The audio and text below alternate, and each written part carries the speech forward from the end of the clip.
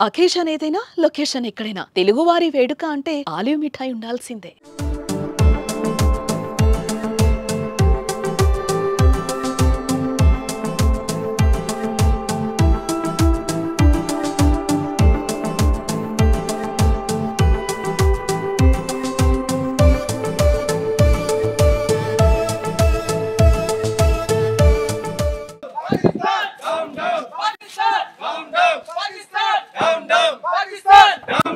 పహల్గాంలో జరిగిన తీవ్రవాదుల దాడి పట్ల దేశం మొత్తం కూడా తీవ్రంగా దాన్ని ఆ ఇష్యూని చూస్తోంది. మరోవైపు మసీదుల్లో కూడా ఓ పక్క నుంచి ఖచ్చితంగా పాకిస్తాన్ తీవ్రవాదాన్ని నశించాలంటూ కూడా విజయవాడలో కొన్ని మసీదుల్లో అయితే ఇవాళ నమాజ్ చేసేటప్పుడు నల్ల రిబ్బన్లు కట్టుకుని కూడా వాళ్ళు కూడా ముస్లిమ్స్ కూడా నిరసన తెలియజేయడం జరుగుతుంది. ప్రస్తుతం నేను విజయవాడ లబ్బిపేట మసీద్ దగ్గర ఉన్నాను. ప్రస్తుతం వెనకాల చూడొచ్చు మొత్తం అంతా కూడా ముస్లిం సోదరులందరూ కూడా బ్లాక్ రిబ్బన్లు కట్టుకుని సంఘీభావం తెలియజేస్తున్నారు.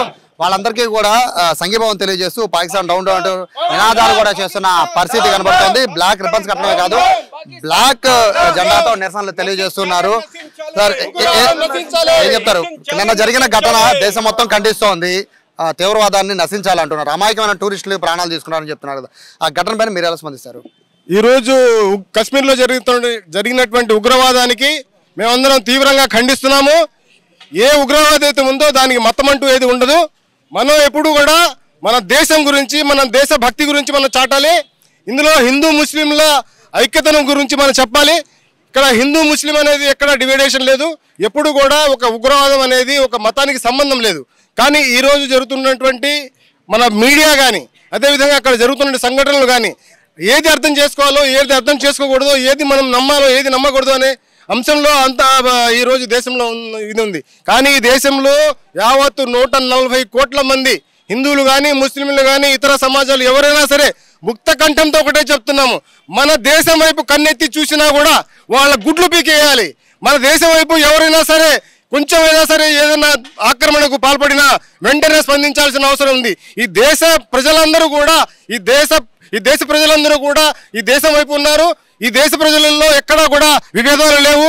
హిందూ ముస్లింల ఐక్యత ఎంతో వర్ధిల్లుతుంది. ఈ దేశం మన మాతృభూమి.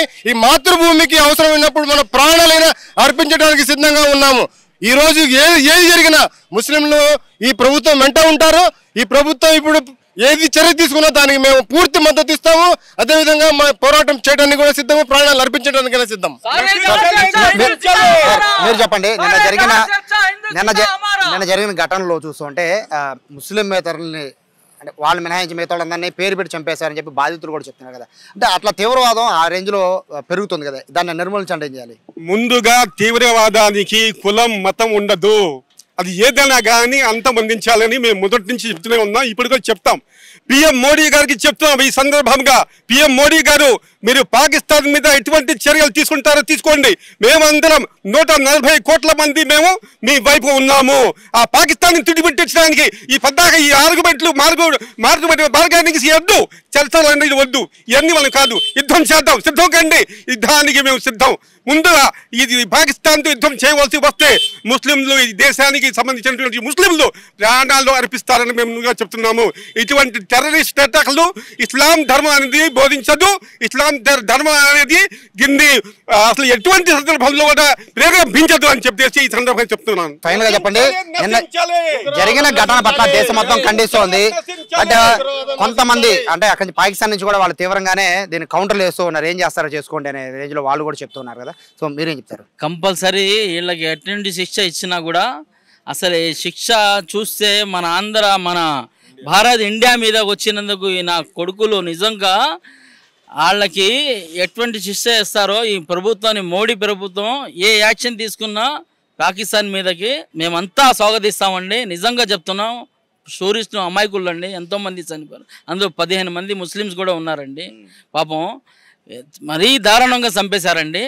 డామ్ పాకిస్తాన్ అండి. నిజంగా చెప్తున్నాం, అసలు నిజంగా ఎంత బాధ కలిగించిందంటే టూరిస్టుల మీద ప్రాణం అంతా ఇదిగి వెళ్తే మరీ దారుణం అండి.